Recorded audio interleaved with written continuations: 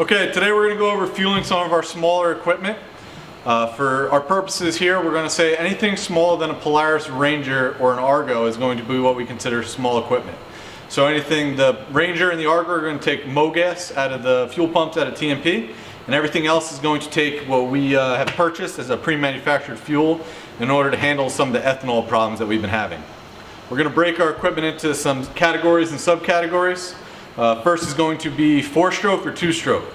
For our purposes, 4-stroke is going to be anything with a self-contained oil unit, right? So our dewatering pumps, our Homacho and our Hurst portable power units, and anything else that has its own set of oil. That's what we're going to consider a 4-stroke pump.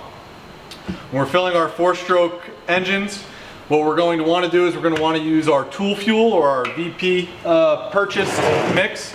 Okay, this is straight gas without any ethanol in it. So this is a straight gas substitute that we can use to fill all of our 4-stroke engines. Our next category for our small equipment that we're going to work on fueling with our pre-purchased products is going to be our 50-to-1 small equipment. So covered in this category is going to be all our rotary saws, most of our chainsaws and our bar type saws excluding the cutter's edge. So everything but the cutter's edge, and our weed whackers and leaf blowers, okay? And for that, we're gonna use our pre-purchased moto mix. So what it is, it's a pre-mixed 50-to-1 gas to oil ratio designed to be used in all of our 2-stroke 50-to-1 small equipment. So our last subcategory is gonna be our cutter's edge saws. It's still a 2-stroke saw, so it's still gonna require some sort of oil mix. But instead of the 50-to-1 ratio that we're putting in the rest of our saws, we're going to use a 100-to-1 ratio. So in order to obtain that, we're going to use some Firehouse chemistry. We have some of the steel pre-mixed, which are designed for 50-to-1. So they actually have the math codes on the back, and we're just going to use half of whatever the 50-to-1 design is. So this makes 1 gallon. So we'll use half of this, and we'll use 1 gallon of the tool fuel into a third-party gas fuel tank here, and that's what we're going to use to fuel our cutter's edge.